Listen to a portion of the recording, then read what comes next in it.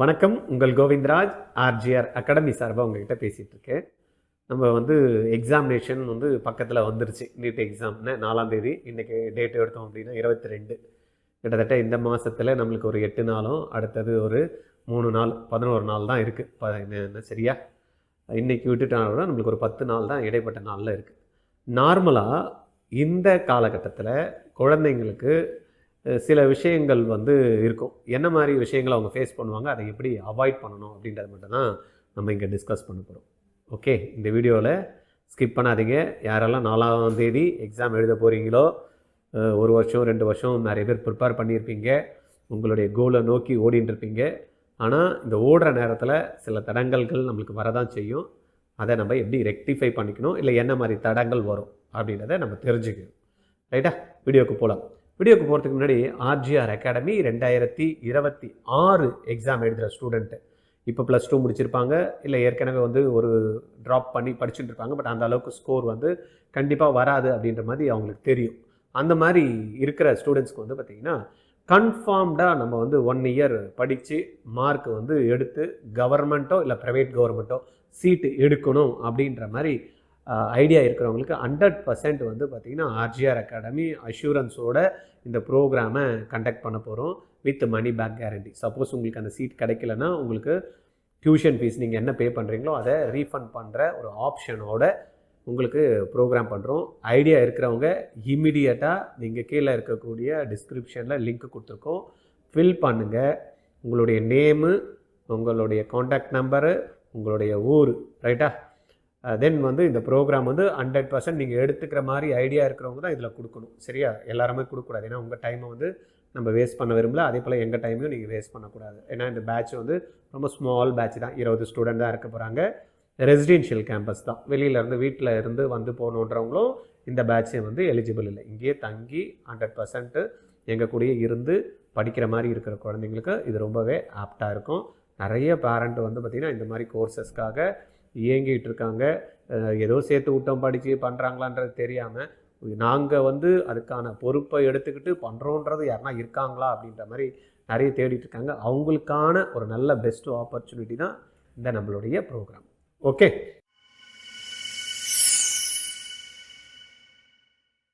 Right. நம்மளுடைய video topic போயிடலாம். என்ன இந்த 10 நாட்களில் குழந்தைங்க எதிர்கொள்ள வேண்டிய சில பிரச்சனைகள் இருக்கும், பட் அவாய்ட் பண்ண வேண்டிய விஷயங்கள் என்ன அப்படின்றத பார்க்கலாம்.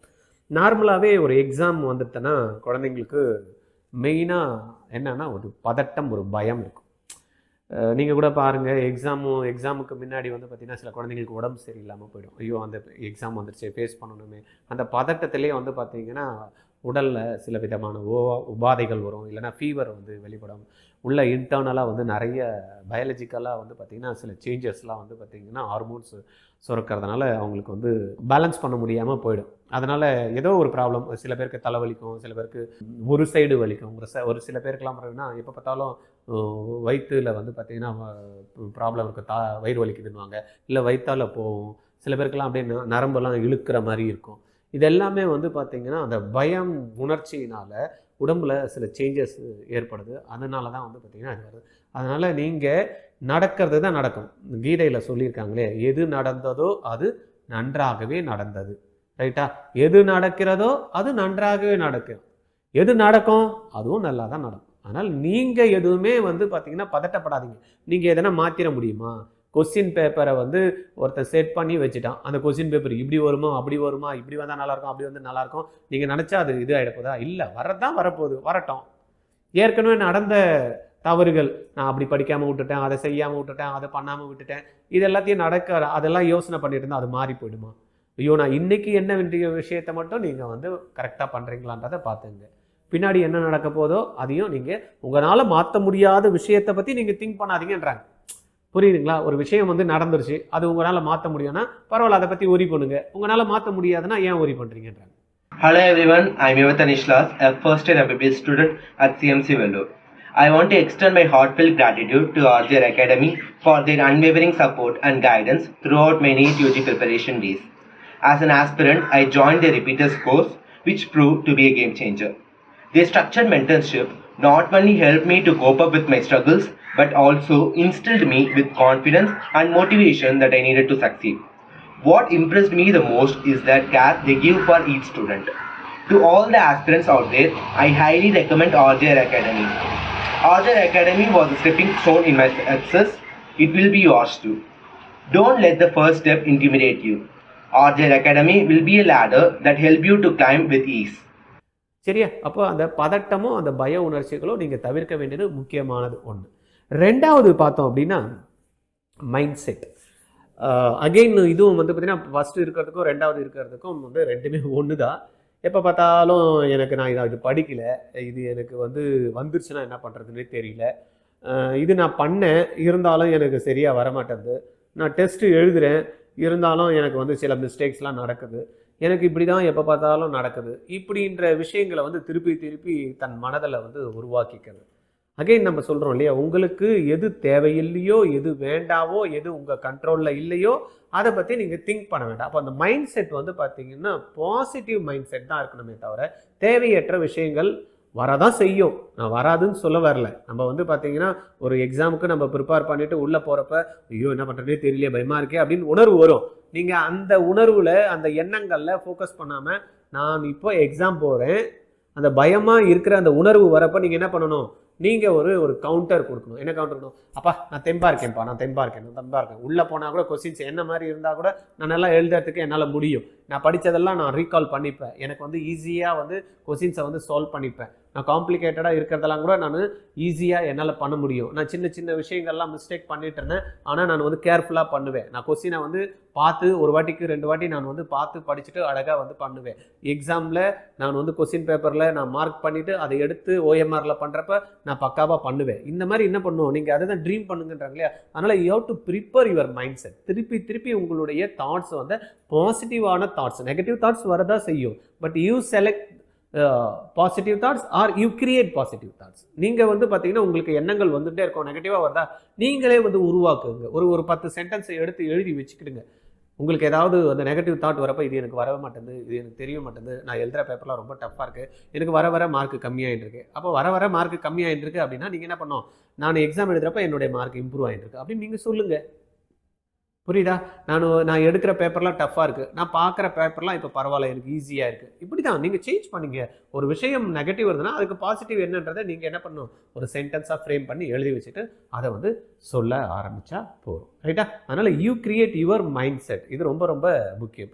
அதுக்கு அடுத்தது பார்த்தீங்கன்னா டோன்ட் கம்பேர் வித் அதர்ஸ். ரொம்ப முக்கியமான இது. நான் என் கிளாஸில் படிக்கிறோம், அவன் ஏற்கனவே படித்து முடிச்சிட்டான், 3 வாட்டி ரிவைஷன் முடிச்சிட்டேன்றான், 10 வாட்டி பண்ணிட்டேன்றான், எல்லா ப்ரீவியஸ் இயர் கொஸ்டின்ஸையும் போட்டு பார்த்துட்டேன்றான், மார்க் டெஸ்ட்டு காலையில் 1 எழுதுறான், மத்தியானம் 1 எழுதுறான், நைட்டு 1 எழுதுறான், என்னாலவே பண்ண முடியலையே, என்ன பண்ணுறது, நான் 1 எழுதினாலே 2 நாளைக்கு 1 எழுதினாலே மார்க் வரலையே, எனக்கு பதட்டமாக இருக்கே, பயமாக இருக்கே, எனக்கு மார்க்கு கம்மியாகிட்டே போகிறே அப்படின்ற கம்பேர் பண்ணி அவங்க எவ்வளோ எடுக்கிறாங்க, நீங்கள் எவ்வளோ எடுக்கிறாங்கன்னு பார்க்குறீங்க. உங்களுக்கு என்ன தெரிஞ்சிருக்கு, அதில் நான் என்ன பெஸ்ட்டு பண்ணுறேன், அவ்வளோதான். அதோட நிறுத்திக்கணும்.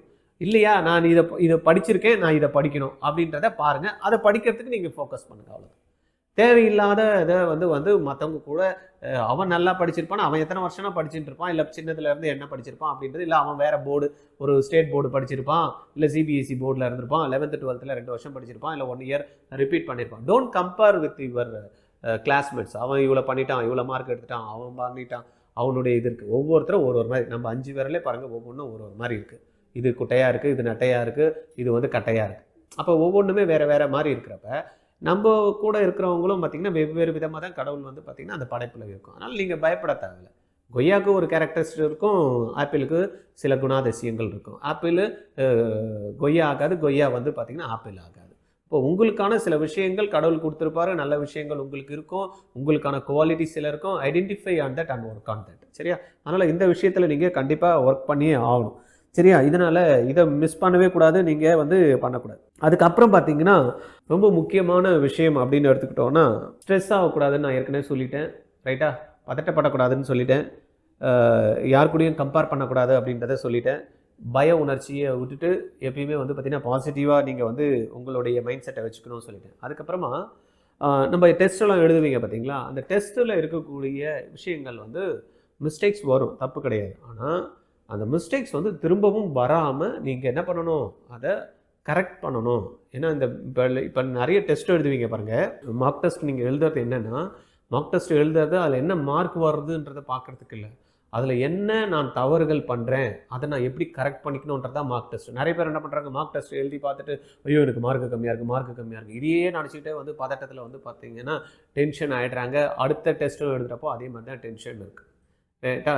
அதனால் நீங்கள் என்ன பண்ணணும் அப்படின்னா, இந்த டெஸ்ட் எழுதுனதுக்கப்புறம் don't see the marks, what is the mistake வந்து நான் பண்ணியிருக்கேன், என்னெல்லாம் மிஸ்டேக்ஸ் எனக்கு நடந்திருக்கு இந்த கொஸ்டின் பேப்பரில், அந்த மிஸ்டேக்கில் என்ன விதமான மிஸ்டேக் நடந்திருக்கு, நான் எடுத்து எழுதுகிறப்ப நான் கொஸ்டின்ஸை வந்து படிச்சுட்டே இருந்து அடுத்த கொஸ்டின்லக்கான ஆன்சரை பார்த்து நான் எழுதிட்டேனா, இல்லைனா நான் கொஸ்டின் நம்பர் 180க்கு 179 எடுத்துகிட்டு போய் ஷேட் பண்ணிட்டேனா. இந்த மாதிரி சின்ன சின்ன விஷயங்கள் வந்து பார்த்திங்கன்னா உங்களுக்கு மேஜராக வந்து அஃபெக்ட் பண்ணும்.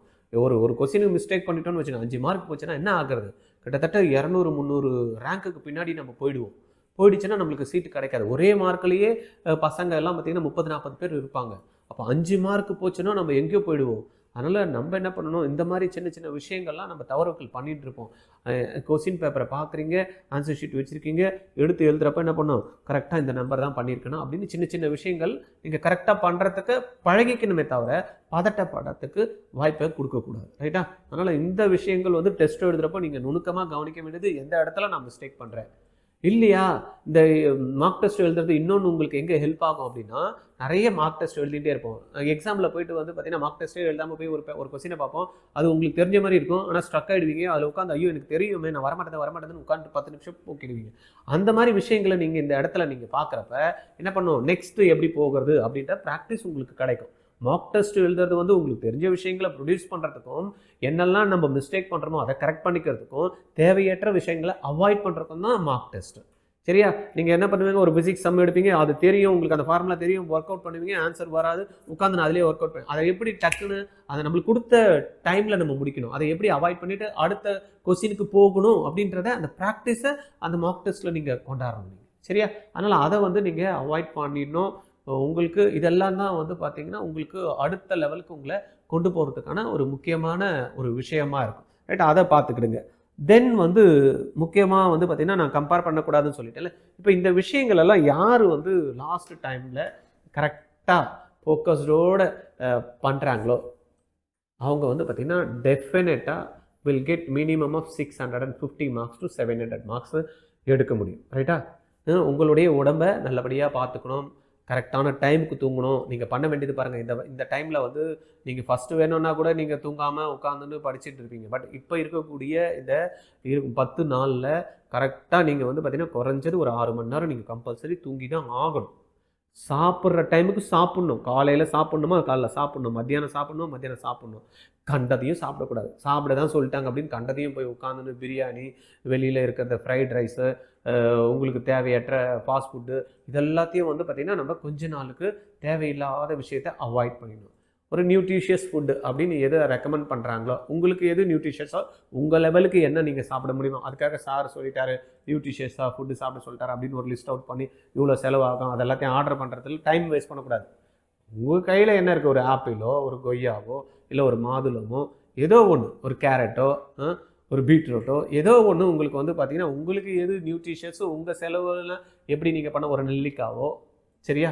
இந்த மாதிரி சின்ன சின்ன விஷயங்களை அழகாக வச்சுக்கிட்டு நீங்கள் சாப்பிட்டுக்கிட்டு பாடியை வந்து பார்த்திங்கன்னா ஹெல்த்தியாகவும் வச்சுக்கணும். தேவையான விஷயங்கள் நம்ம சாப்பிட்ணும். ஏன்னா நம்மளுக்கு கார்போஹைட்ரேட்ஸ் தேவை, ப்ரோட்டீன்ஸ் தேவை, விட்டமின்ஸ் மினரல் தேவை. ஏன்னா விட்டமின்ஸ் மினரல் நிறைய தேவையில்லை, ஆனால் அது தேவை. கார்போஹைட்ரேட்ஸ் தேவை, ஆனால் கார்போஹைட்ரேட்ஸ் தான் நம்மளுடைய ஃபுட்டில் நிறையவே இருக்குது. காலையிலேருந்து நைட்டு வரைக்கும் ஒரு ஃபுட்டை நம்ம பார்த்தோன்னா காலையில் இட்லி சாப்பிடுவோம், தோசை சாப்பிடுவோம், மத்தியானம் சாப்பாடு சாப்பிடுவோம், நைட்டு இட்லி தோசை சாப்பிடுவோம். இது எல்லாமே கார்போஹைட்ரேட்ஸ் ஃபுட்ஸு. பட் ஒரு 250 கிராம்ஸ் இருந்ததுன்னா நம்மளுக்கு போதும். ஆனால் நம்ம சாப்பிட்றது கிட்டத்தட்ட 1 கிலோ கிட்ட நம்ம வந்து டோட்டல் டயட்டில் நம்மளுக்கு போவோம். அப்போ தேவையில்லாமல் வந்து அன்வான்டாக ஃபேட் வந்து உள்ளே வந்து நம்மளுக்கு அக்குமுலேட் ஆகும். நம்ம டைரெக்டாக ஃபேட் எடுக்க மாட்டோம், பட் கார்போஹைட்ரேட்ஸ் வந்து நம்மளுக்கு எனர்ஜியாக கன்வெர்ட் ஆகலைன்னா என்ன ஆகும், நம்மளுக்கு ஃபேட் வந்து அக்குமுலேட் ஆகிடும். அது வந்து டயர்ட்னஸாக இருக்கும். அப்போ எப்போ தேவைப்படும், அதனால் என்ன பண்ணுவோம், காலையில் எழுதுமா ஒரு சின்ன ஒரு வாக்கு, வீட்டு மேலேயே ஒரு 5 நிமிஷம் 10 நிமிஷம் வாக் பண்ணுங்கள் ஃப்ரீயாக. இன்றைக்கி வந்து வெயில் ஜாஸ்தியாக இருக்குது, இந்த வாட்டர் நிறைய குடிங்க. குறைஞ்சது வந்து பார்த்திங்கன்னா ஒரே அடியாக எடுத்துகிட்டு 4 லிட்டர் குடிக்காமல் ஒரு 1 ஹவருக்கு ஒரு ஒரு ஒரு டம்ளர், ஒரு 250 மில்லி, இல்லைன்னா வந்து பார்த்தீங்கன்னா 1 லிட்டர் வாட்டர் ஒரு 2 ஹவருக்கு குடிங்க. ஏன்னா வெளியில் வந்து பார்த்தீங்கன்னா பயங்கர வெயில் இருக்குது. வெளியில் போய் நின்னோன்னா அப்படியே மயக்கம் அடித்து விழுந்துடுற மாதிரி இருக்குது. அதெல்லாத்தையும் நீங்கள் என்ன பண்ணணும், அவாய்ட் பண்ணிக்கணும். வாட்டர் மெலான் எடுத்துக்கோங்க, அதுக்கு உங்களுக்கு பெஸ்ட்டு, நல்லாயிருக்கும். நிறைய ஃபைபர் ரிச் இருக்கும். அதனால் வாட்டர் மெலான் எடுத்துங்க. இந்த மாதிரி விஷயங்களில் நீங்கள் ஃபுட்டுலேயும் நீங்கள் கான்சென்ட்ரேட் பண்ணணும், சரியா? அதனால் பாருங்கள், உங்களுக்கு கண்டிப்பாக நல்ல மார்க்கு நீங்கள் ஸ்கோர் பண்ணுவீங்க. காலேஜ் உள்ள போகிறீங்க, உங்களுக்கு ஃபஸ்ட்டு டே வந்து பார்த்திங்கன்னா அந்த ஒயிட் கோட் செரிமனி நடக்குது. அந்த உங்களுக்கு ஸ்ட்ரெத்து கொடுக்குறாங்க, உங்களை கூப்பிட்றாங்க, நீங்கள் ஸ்டேஜில் போகிறீங்க, அப்படி நிற்கிறீங்க, உங்கள் பேரண்ட் வந்து உங்கள் முன்னாடி நின்றுட்டுருக்காங்க. ஜஸ்ட் விஷுவலைஸ் ஆன் தட், ரைட்டா? கவுன்சிலிங்க்கு முடிஞ்சு அப்ளை பண்ணுறீங்க, அப்ளை பண்ணதுமே நம்ம அதெல்லாம் என்னெல்லாம் காலேஜஸ் வேணுமோ போடுறோம். அந்த காலேஜஸ் வேணும் போட்டதில் நீங்கள் ரிசல்ட் வரப்போ பார்த்தீங்கன்னா உங்களுக்கு கேட்ட காலேஜுக்கு கொடுத்துட்டாங்க. ஜஸ்ட் இமேஜின் ஆன் தட், ரைட்டா? இதுதான் உங்களுடைய இந்த 10 நாளோட வேலையாக இருக்கணும். உங்களுக்கு என்ன வேணுமோ, இல்லாததெல்லாம் அப்படி விட்டுட்டு என்ன இருக்கிறதோ அதுலேயே உங்களுடைய ஃபோக்கஸ்டு இருக்கணும். எனக்கு சீட்டு கிடைக்கிது, எனக்கு கொஸ்டின் பேப்பர் ஈஸியாக இருக்குது, நல்ல மார்க் வாங்கியிருக்கேன், ரிசல்ட் வந்ததுமே நான் கேட்ட காலேஜ் கொடுத்துருக்காங்க, நான் காலேஜில் உள்ளே போகிறேன், அப்பா என் ட்ரீம் வந்து ஃபில் ஆகிடுச்சு, எனக்கு ஹாப்பியாக இருக்குது. என்னை சுற்றி இருக்கிறவங்கெல்லாம் என்னை வந்து பாராட்டுறாங்க, என்னை வந்து உற்சாகப்படுத்துகிறாங்க, எனக்கு சந்தோஷமாக இருக்குது. எங்கள் அப்பா அம்மா ரொம்ப வந்து என்னை வந்து அவங்க குழந்தையாக பிறந்ததில் ரொம்ப வந்து சந்தோஷப்படுறாங்க. என் ஃப்ரெண்ட்ஸ்லாம் ரொம்ப ஹாப்பியாக இருக்காங்க, நீ நினச்சதை சாதிச்சிட்டேன்னு சொல்கிறாங்க. இந்த எண்ணங்கள் தான் உங்களுக்கு என்ன பண்ணணும், இந்த 10 நாள் டாமினேட் பண்ணிகிட்டே இருக்கணும். ஏன்னா மைண்டு உங்களுக்கு ரொம்ப சந்தோஷமாக இருக்குது, உங்களுக்கு கிடைச்சதெல்லாம் நடக்குது அப்படின்றப்ப அது வந்து என்ன ஆகும், இன்னும் பிரம்மாண்டமான வேலைகளை செய்ய ஆரம்பிக்கும். அழகாக எது வேணாலும் கிராப் பண்ணும். சந்தோஷமாக இருக்கிறப்ப என்ன பண்ணுவோம், நல்ல விஷயங்கள் நல்லா பண்ண ஆரம்பிப்போம், ரிசல்ட்ஸும் நல்லா வரும். பண்ணலாமா? உங்களால் பண்ணக்கூடிய விஷயங்களை தான் நான் சொல்லியிருக்கேன், சரியா? நீங்கள் படிக்கிறத இதை படிங்க அதை படிங்க அதெல்லாம் சொல்லலை, அதெல்லாம் போதும். நீங்கள் எல்லாமே பண்ணிட்டீங்க. சந்தோஷமாக இருங்க, ஹாப்பியாக இருங்க. கண்டிப்பாக நீங்கள் டாக்டர் ஆவீங்க. எனக்கு நம்பிக்கை இருக்குது. உங்களுக்கு நம்பிக்கை இருக்கா?